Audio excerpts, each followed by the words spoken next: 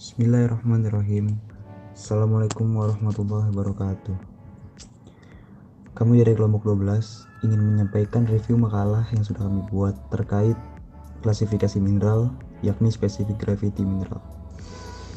Seperti yang diketahui sebelumnya bahwa ada beberapa cara untuk mengklasifikasikan mineral. Namun kali ini kami akan membahas lebih lanjut mengenai specific gravity. Kami beranggotakan 5 kelompok, yang dimana ada Yumna Anbar Muna dengan NIM 69, Ilyas Faisal dengan NIM 70, Sulaiman Niswara Mulia Putra dengan NIM 63, Surya Sarewa dengan NIM 93, dan Muhammad Raihan dengan NIM 14, yang masing-masing terlampir pada lampiran PowerPoint yang ditampilkan. Kali ini akan membahas mengenai definisi specific gravity secara umum atau secara universal. Specific gravity sendiri ialah sebuah rasio antara massa jenis material atau mineral atau zat berbanding dengan densitas atau massa jenis zat standar, yang dimana di sini kita menggunakan H2O sebagai densitas standar. Dalam penentuan specific gravity ini sendiri terbagi menjadi beberapa fasa, yakni fasa liquid, fasa solid, dan fasa gas. Namun untuk fasa gas sendiri digunakan beberapa hukum gas ideal yang mungkin di sini tidak akan dibahas lebih lanjut, karena di sini kita akan membahas lebih lanjut mengenai mineral atau solid. Dalam rumus sendiri dicantumkan dalam PowerPoint, G sama dengan rho mineral dibagi rho H2O. Nah, untuk rho ini sendiri ialah massa jenis dari mineral tersebut atau dari variabel tersebut yang akan dijelaskan di slide selanjutnya. Untuk specific gravity ini sendiri tidak memiliki sebuah satuan dikarenakan hanya sebuah perbandingan. Oleh karena itu, yang ditemukan hanyalah konstanta dari satu nilai material tersebut. Selanjutnya adalah hal-hal yang mempengaruhi dari specific gravity itu sendiri. Yang pertama ialah massa jenis atau densitas atau density. Secara definisi, massa jenis adalah pengukuran massa setiap satuan volume benda. Semakin tinggi massa jenis suatu benda, maka semakin besar pula massa jenis setiap volumenya. Dapat dilihat juga di sini, rho sama dengan M atau massa per V per satuan volume. Nah, rho di sini adalah rho yang kita gunakan untuk memasukkan kebersamaan specific gravity yang dijelaskan di slide sebelumnya. Oleh karena itu, specific gravity sangat berpengaruh akan massa jenis ini. Apabila massa jenisnya besar, maka akan berpengaruh juga kepada specific gravity-nya. Begitu pula apabila massa jenisnya kecil. Oke, terima kasih kepada presenter sebelumnya. Sebelumnya saya perkenalkan diri, saya Ilyas Faisal dengan NPM 334150070.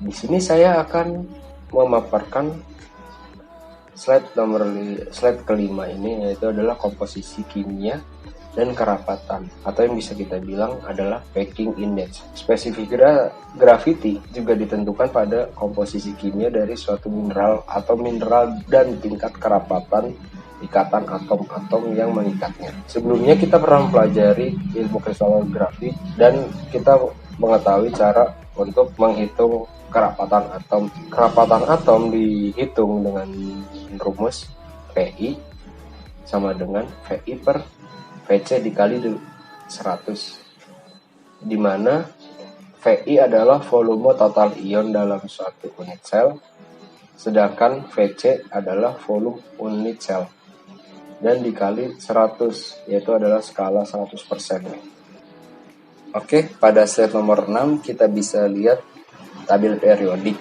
di mana tabel periodiknya di sini tidak pada kayak biasanya gitu, karena di sini tabel periodiknya untuk mengetahui unsur atau ion apa ya yang terkandung gitu ya. Nah, di sini dia memiliki ion atau atom metal, semi metal, dan non metal. Kita bisa lihat juga di situ ada garis yang memisahkan antara ion metal dengan non metal, di mana pada garis tersebut memiliki transisi atau antara gitu ya, dimana itu kita lihat adalah beberapa ion-ion atom semi metals itu sendiri gitu ya, menjadi unsur transisi dari metal ke non metal.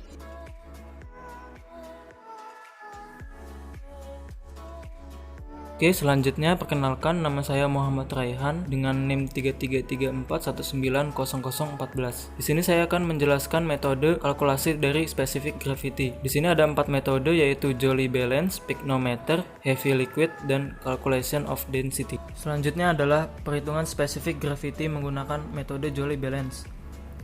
Pada metode Joule balance digunakan data yang diperoleh dengan peregangan pegas spiral. Sebuah fragmen pertama kali ditempatkan pada panci skala atas dan perpanjangan pegas dicatat. Ini sebanding dengan berat di udara. Fragmen kemudian ditransfer ke panci bawah dan direndam dalam air. Perpanjangan pegas sekarang sebanding dengan berat fragmen dalam air. Pyknometer ini merupakan alat untuk menentukan spesifik gravity dengan metode keseimbangan yang akan menghasilkan agregat fragmen mineral. Dapat dilihat pada gambar bahwa pyknometer ini bentuknya seperti botol kecil dengan penutup ground glass. Cara penentuannya diawali dengan botol kering dengan penutupnya pertama kali ditimbang dalam keadaan kosong. Fragmen mineral kemudian dimasukkan ke dalam botol dan penimbangan kedua dilakukan dengan berat sampel di udara.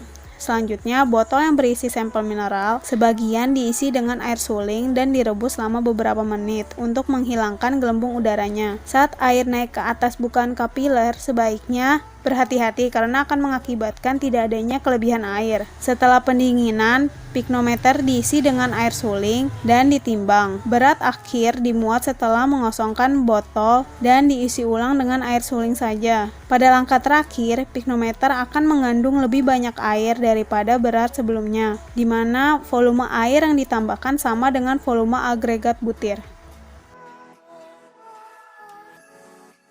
Heavy liquid digunakan untuk beberapa cairan dengan kerapatan yang relatif tinggi dalam penentuan berat jenis mineral. Selain itu, heavy liquid juga sering digunakan dalam pemisahan butiran dari campuran yang terdiri dari beberapa unsur. Dapat dilihat pada gambar bahwa terdapat 2 cairan yang dapat digunakan, yaitu bromoform dan metilen iodida.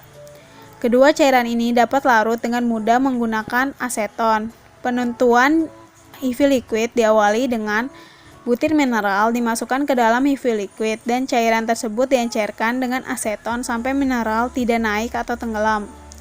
Kemudian, spesifik gravity dari cairan dan mineral tersebut dihasilkan sama, sehingga cairan tersebut dapat ditentukan dengan menggunakan Westphal balance.